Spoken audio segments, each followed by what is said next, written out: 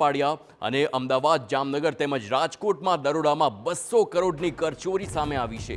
અમદાવાદમાં સ્ક્રેપ ડીલરને ત્યાં search operation, જ્યારે જામનગર અને રાજકોટમાં ઓઇલ વેપારીઓને ત્યાં દરોડા પાડ્યા છે। ટેક્સ ચોરીનો આંકડો 200 કરોડથી પણ વધુ જાય તેવી શક્યતા છે।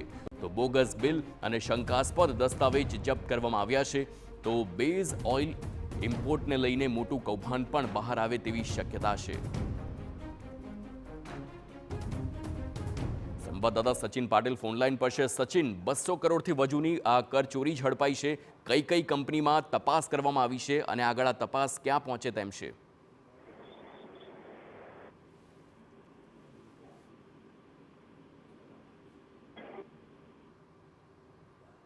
સચિન, 200 કરોડનું આખું આ કરચોરીનો પર્દાફાશ થયો છે।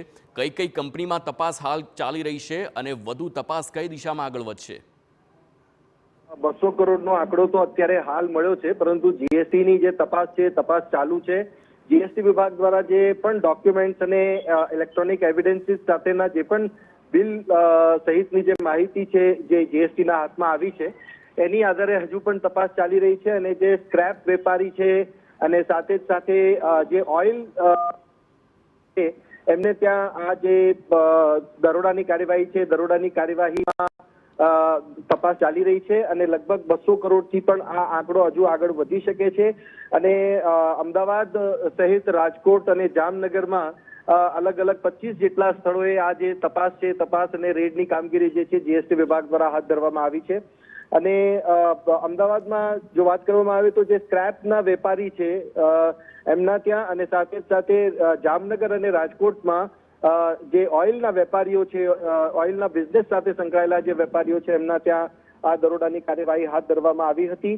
અને બેઝ એના ઇમ્પોર્ટને લઈને જે આ ટેક્સ ચોરીની બાબત સામે આવી હતી અને સાથે જે કર ચોરીનો મામલો છે, જે સ્ક્રેપ વેપારીઓને ત્યાં પણ દરોડાની કાર્યવાહી થઈ છે તો એમાં પણ સામે આવી છે। એટલે આ તપાસ હજી ચાલુ છે અને જે પણ એવિડન્સ મળ્યા છે, જે પણ પુરાવા મળ્યા છે, એમાં બોગસ બિલો હોય કે પછી સાથે જે ઇલેક્ટ્રોનિક એવિડન્સ સહિતની જે સામગ્રી જે અત્યારે જીએસટીના હાથમાં છે ત્યારે એના આધારે જે તપાસ છે તપાસમાં હજુ આગળ બીજા નવા ખુલાસાઓ થઈ શકે છે।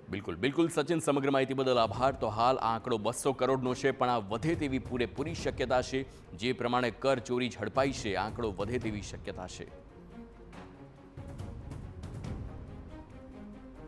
તો આખરે જામનગર, રાજકોટ અને ખાસ કરીને અમદાવાદ સ્ક્રેપના ડીલર અને ઓઇલના જે વેપારી છે તેને ત્યાં CGST એટલે કે સેન્ટ્રલ જીએસટીની આ રેડ અને રેડ દરમિયાન જે પ્રમાણેની જીએસટી વિભાગને આશંકા હતી આ આંકડો વધે તેવી શક્યતા છે।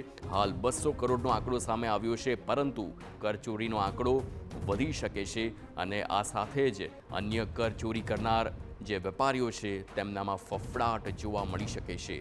તો બેઝ ઓઇલ ઇમ્પોર્ટને લઈને પણ જે પ્રમાણે કરચોરી કરવામાં આવી છે તેને લઈ હાલ ખુલાસો થયો છે।